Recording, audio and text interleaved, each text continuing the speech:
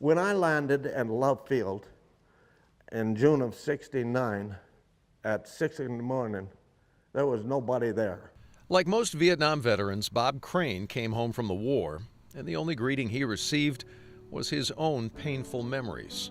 War is very vicious, and you see the damage it does to not only to soldiers, but to their families.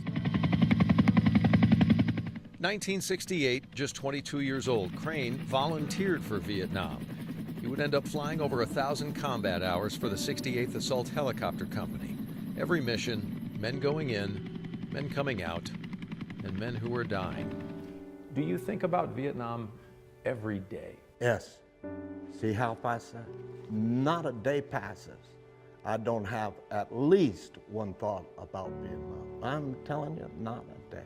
This was Bob's world for an entire year, flying lead into dangerous landing zones. Clear out the enemy with your guns, blanket the LZ in white smoke to give inbound troops some cover. Every mission just one bullet or RPG away from going home in a bag. The days are so intense. The minutes, the hours are so intense in combat, you know, in a battle. For most in Vietnam, it was only a matter of time until someone you know turned into someone you knew.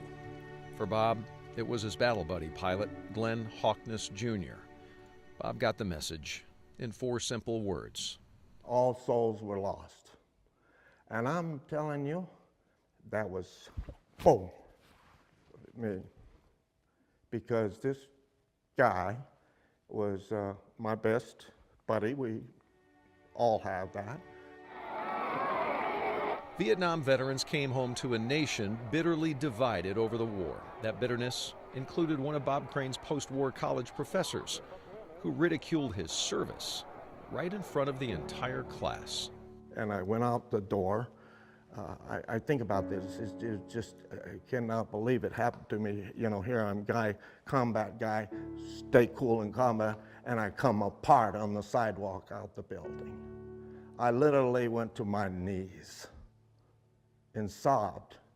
Bob shut himself down. He shied away from talking about his service for nearly 4 decades.